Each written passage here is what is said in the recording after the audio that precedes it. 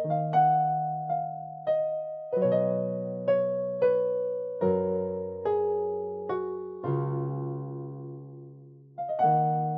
the kingdom of heaven will be like 10 virgins who took their lamps and went to meet the bridegroom. 5 of them were foolish and 5 were wise. For when the foolish took their lamps, they took no oil with them, but the wise took flasks of oil with their lamps. As the bridegroom was delayed, they all became drowsy and slept. How many became drowsy? All. Okay. But at midnight, there was a cry. Here is the bridegroom. Come out to meet him. Then all those virgins rose and trimmed their lamps. How many rose? All. Verse 8. And the foolish said to the wise, give us some of your oil, for our lamps are going out. But the wise answered, saying, since there will not be enough for us and for you, go rather to the dealers and buy for yourselves. And while they were going to buy, the bridegroom came, and those who were ready went in with him to the marriage feast, and the door was shut. 11. Afterward, the other virgins came also, saying, Lord, Lord, open to us. But he answered, truly I say to you, I do not know you. Watch therefore, for you know neither the day nor the hour. See, you have followed with me as we have read. So I want you to engage me as we go along. That's okay? That's agreeable? Good. Now let's understand what is happening here.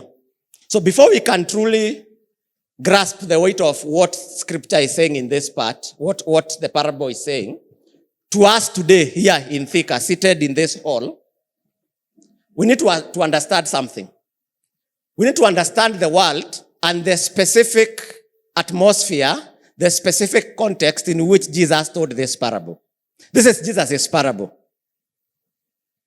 Now, this parable sits at the right, somewhere right in between, right in the middle of what the thumbed people, you know thumbed people? Thumbed people. From the word soma, we get the adjective thumbed. So the scholars call this the Olivet discourse. That means the discourse that happened at the Mount of Olives. It happens in Matthew 24 and Matthew 25. Now the context of this parable is one of looming crisis and finality. And you will see that as we go along. Jesus had just walked from the temple for one last time before his crucifixion. And while this is happening, his disciples are marveling at the sheer majesty of Herod's temple. So wamekuwa na Jesus, alafu wanatoka, wao wanaangalia hiyo building, and they are marveling. And in fact, they begin to impress that on Jesus. Matthew 24, verse 1, quickly. So he left the temple, was going away. Then when his disciples came to point out to him the buildings of the temple, what do they tell him? Verse 2. So, in essence, what they are doing is they are looking at the white stones, that the architecture of the temple, and it was magnificent. Magnanimous, magnificent. It was magnificent. And they are trying to impress on Jesus the magnificence. That's right. Of that temple. And Jesus tells them, you see all this, do you not? Truly I say to you, there will not be left here one stone upon another that will not be thrown down. Put yourself in the shoes of the disciples. So basically, Jesus shockingly shatters their confidence in the material world, saying what we have read. He is telling them, everything that you think is permanent is actually temporary. In essence, the disciples are concerned about now, but Jesus is concerned about the not yet. Now, the disciples are shaken to their core. As we will see, verse 3. They follow Jesus up to the Mount of Olives. And the Mount of Olives overlooks the city. So they can see the city from the mountain. And they ask Jesus 3 piercing questions. This is what they come to him. And you know, it's interesting how we behave as the disciples of Christ. Remember, in the temple, Jesus comes and throws people out. You remember that story? He finds people selling and buying in the temple. Then he throws them out. So in that multitude, the disciples want to play too cool. But when Jesus goes to the Mount of Olives, they come to him privately. Do you have a recollection of somebody else who came to Jesus privately? Who was that guy? Nicodemus. Anyway, moving on swiftly. They come to Jesus privately and they ask Jesus 3 piercing questions. These are the questions. When will this happen? Question number 1. Number 2, what will be the sign of your coming? And number 3, what will be the sign of the end of the age? Now, the next 2 chapters, Jesus engages in the longest discourse on the end times in the New Testament. So, chapter 24 and 25, where we have read this morning, are answers. Jesus is providing an answer to those 3 questions. He wants, in those chapters, as you read through 24, Jesus warns of wars, of famines, and of false prophets. I encourage you to go and read through that. And then, to illustrate the posture that we must have in light of the events that are described, anticipating his second coming. And I want us to just read one. Verse 36 of 24. And he says, but concerning that day and the hour, which day? Of his coming. And the hour, no one knows. Not even the angels of heaven, nor the Son, but the Father only. Now look at how he describes it. Verse 37. For as were the days of Noah, so will be the coming of the Son of Man. How was it in the days of Noah? 38. For as in those days, before the flood, what were people doing? Eating and? Are we doing that today? Marrying and giving in? Marrying and giving in? Until the day when Noah entered. In essence, people were just going on about their business as if there was no hurry. Until the rain came and as we have said, there is a door that was shut. We will see that. Also here, a door was shut.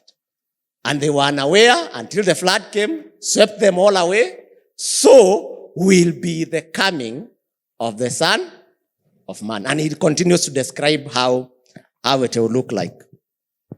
So sandwiched, remember, chapter 24, chapter 25, Jesus is giving an answer to the question by the disciples.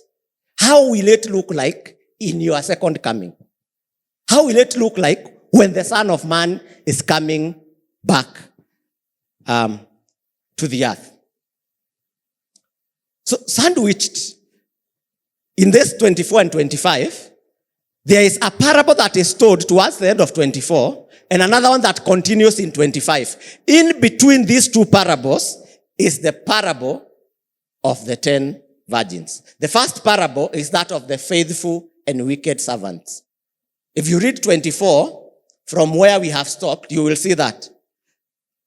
So where he is saying, let's read quickly. For you also must be ready, for the Son of Man is coming at an hour you do not expect. Move on.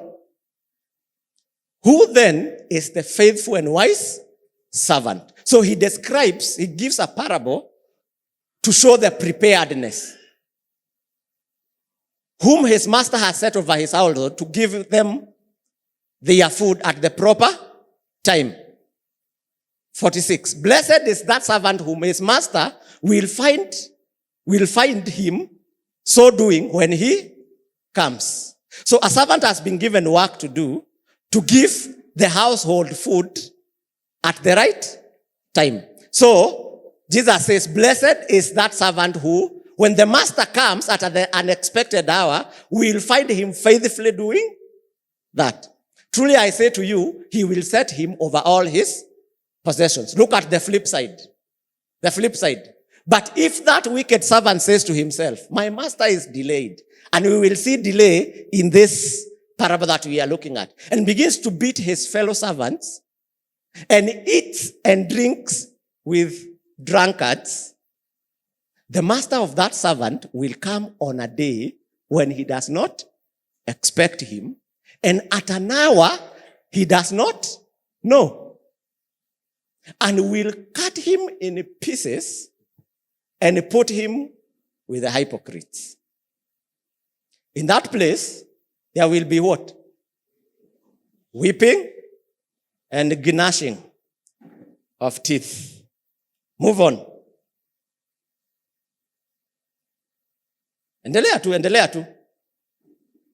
And now we come to 25, where he says, then, can you see where the then is coming from now?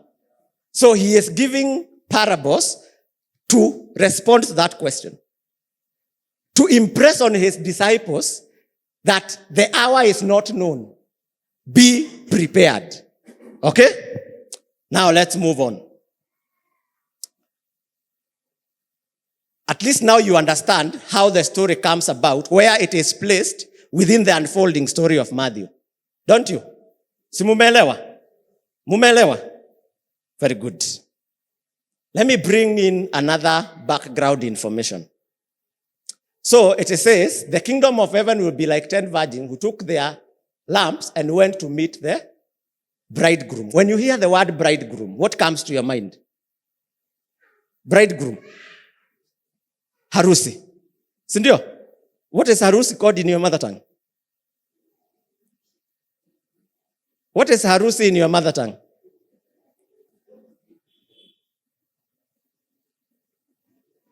Haujui? Harusi. Anyway, all right.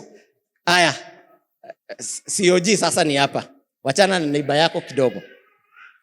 When you hear about bridegroom, it brings about the idea of wedding, isn't it? And I know when you hear wedding, unakumbuka ile wedding you attend last. True or false? I know we have all attended weddings. In fact, we have had a few here. Yeah. So when you hear about the bridegroom and the story as it's unfolding, you are trying to fit this story within the picture of the wedding you know. Ukweli urongo? Let me help you. The Jewish weddings in the first century. So the people that Jesus is speaking to are Jews. Their wedding was very different from what we know today. In Thika, we think of a wedding as a predictable schedule of events. Tumepangiwa mpaka tumepewa program. Between 10 and 10:15, welcome. Then 10:15 to 10:30, what happens? Arrival of the bridal party. And they are always late. And that is bad manners. Sababu wako huko auntie amefunga mlango. Anasema mpaka mtupe soda. Bride hawezi toka. Na jamaa kwa huku ana pace. Anatoka avenue.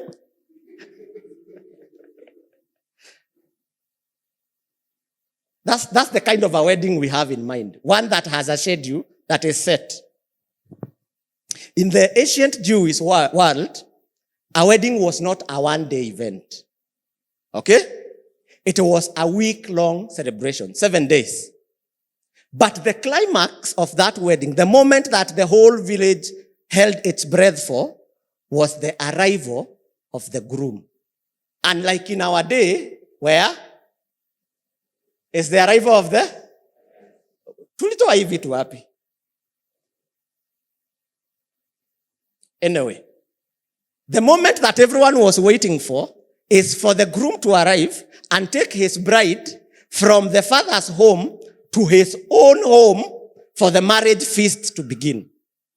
Now, let me continue helping you. The marriage ceremony process had 3 processes, sub-processes to it. The first one was matching the couple, and in this case, it was arranged. So the father of the girl and the father of the boy would meet and arrange for their children to marry. Then number two is what was called the betrothal. What used to happen here is, it was a ceremony which officially made the two married. Do you remember in Matthew chapter 1, when Joseph learns that Mary is pregnant, what does he think?